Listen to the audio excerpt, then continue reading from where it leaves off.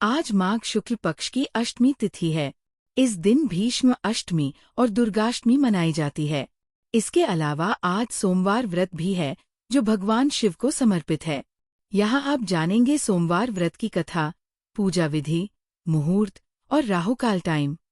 सनातन धर्म में सोमवार व्रत का विशेष महत्व माना गया है और ये व्रत भगवान शिव को समर्पित है। कहते हैं जो भी श्रद्धालु इस व्रत को सच्चे मन से रखता है उसकी समस्त मनोकामनाएं पूर्ण होती हैं। आज 26 जनवरी 2026 को माघ शुक्ल पक्ष का सोमवार है। अगर आपने भी सोमवार व्रत रखा है तो जान ले इस व्रत की पूजा विधि, सामग्री लिस्ट, व्रत कथा, शुभ मुहूर्त, आरती, भजन समेत संपूर्ण जानकारी। सोमवार पूजा मुहूर्त। गोधूली मुहूर्त 5:53 PM से 6:19 PM। सायं संध्या 5:08 PM से 7:15 PM। सोमवार व्रत की विधि। सोमवार व्रत में सुबह जल्दी उठकर स्नान कर भगवान शिव की विधि विधान पूजा करें।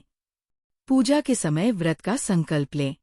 भगवान शिव को फूल, बेलपत्र, भांग, धतूरा इत्यादि चढ़ाएं। धूप दीप जलाकर आराधना करें। सोमवार व्रत की कथा सुनें।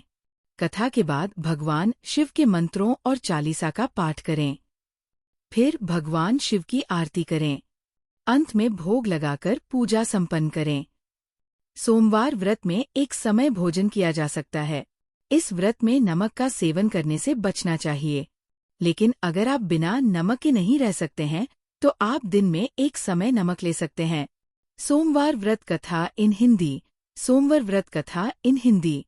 सावन सोमवार की व्रत कथा अनुसार एक समय की बात है, एक नगर में एक साहूकार रहता था। उसके पास धन दौलत किसी चीज की कमी नहीं थी, लेकिन फिर भी वह दुखी रहता था, जिसका कारण था उसकी कोई संतान न होना।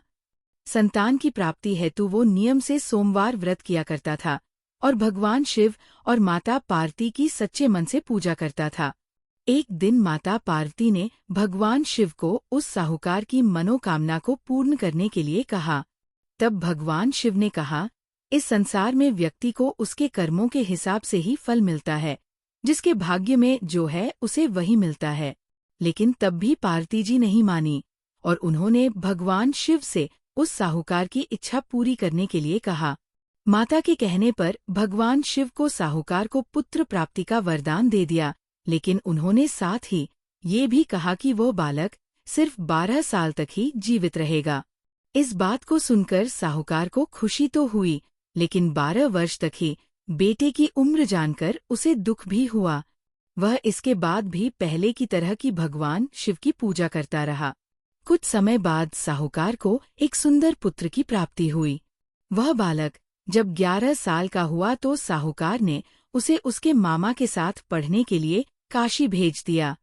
साहूकार ने पुत्र के मामा को बहुत सारा धन देते हुए कहा कि तुम लोग रास्ते में यज्ञ और ब्राह्मणों को भोजन करवाते हुए जाना।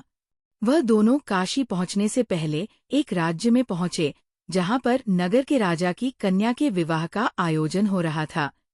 लेकिन उस कन्या का विवाह जिस व्यक्ति से हो रहा था वो एक आंख से काना था।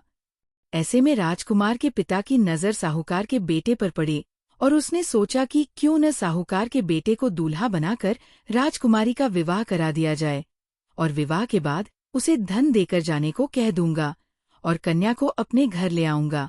राजकुमार के पिता ने साहूकार के बेटे से ये बात मनवा ली, लेकिन साहूकार का पुत्र ईमानदार था। उसने विवाह के बाद जाते जाते राजकुमारी के दुपट्टे पर लिखा कि तुम्हारा विवाह तो मेरे साथ हुआ है, लेकिन अब जिस राजकुमार के साथ तुम्हें भेजा जाएगा वह एक आंख से काना है। जब राजकुमारी ने ये बात पढ़ी तो इसके बाद उसने जाने से मना कर दिया। इतने में मामा और भांजा वहां से जा चुके थे और काशी जाकर उन्होंने यज्ञ किया। जब लड़का 12 साल का हुआ तो उस दिन खास यज्ञ का आयोजन किया गया था, लेकिन उसी दिन उस लड़के के प्राण निकल गए। मृत भांजे को देखकर मामा ने विलाप करना शुरू कर दिया, लेकिन उसी समय माता पार्वती और भगवान शिव वहीं से होकर जा रहे थे। पार्वती माता ने भोलेनाथ से कहा, स्वामी मुझसे उस व्यक्ति के रोने के स्वर सहन नहीं हो रहे, कृपया करके आप इस व्यक्ति के कष्ट को दूर करें। तब भगवान शिव ने कहा, कि ये व्यक्ति साहूकार के पुत्र की मृत्यु पर रो रहा है। इसकी आयु पूरी हो चुकी है। लेकिन माता पार्वती इस बात को नहीं मानी और कहने लगी कि इसकी आयु आपको बढ़ानी होगी, वरना इसके माता पिता अपने प्राण त्याग देंगे।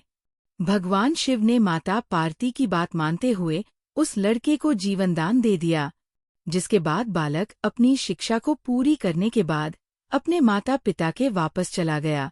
वहीं साहूकार और उसकी पत्नी ने ये निर्णय लिया था कि अगर उनका पुत्र जीवित नहीं आया तो वो दोनों अपने प्राण दे देंगे। लेकिन जब उन्होंने अपने बेटे के वापस आने की बात सुनी तो वे दोनों की खुशी का ठिकाना नहीं रहा। भगवान शिव ने साहूकार को सपने में दर्शन देकर कहा कि श्रेष्ठी, मैंने तेरे सोमवार के व्रत करने और व्रत कथा सुनने से प्रसन्न होकर तेरे पुत्र को लंबी आयु का वरदान दिया है। कहते हैं जो कोई भी इसी प्रकार सोमवार व्रत करता है या कथा सुनता, उसके सभी दुख दूर होते हैं और सभी मनोकामनाएं पूर्ण होती हैं।